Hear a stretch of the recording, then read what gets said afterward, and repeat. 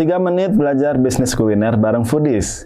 Kali ini kita akan belajar tentang 7 strategi menurunkan produk cost dalam bisnis kuliner.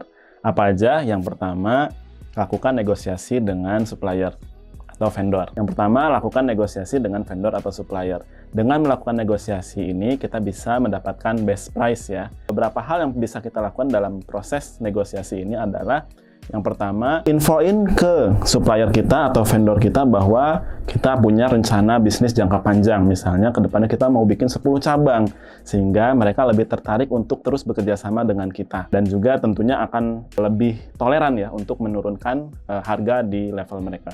Kemudian yang kedua, kita juga bisa pastikan jadwal pembayaran, sehingga ketika kita bisa komitmen di jadwal pembayaran tersebut, tentu vendor akan lebih mau mensupport gitu ya untuk bisnis kita, salah satunya dengan menurunkan harga.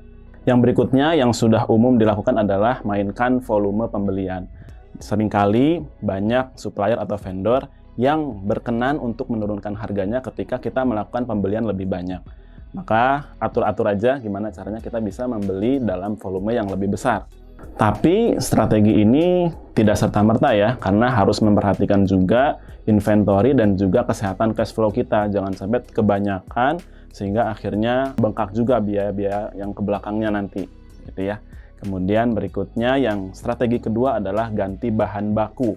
Mengganti bahan baku juga bisa jadi salah satu alternatif cara menurunkan produk cost kita.